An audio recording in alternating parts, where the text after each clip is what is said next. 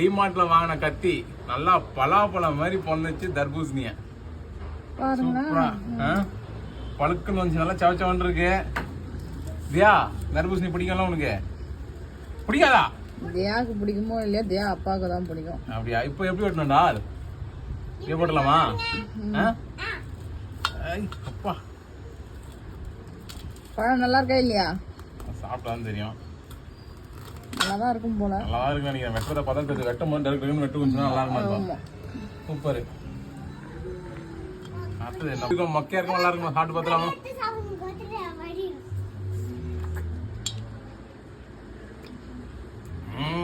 Melt ஆயிட்டாரு.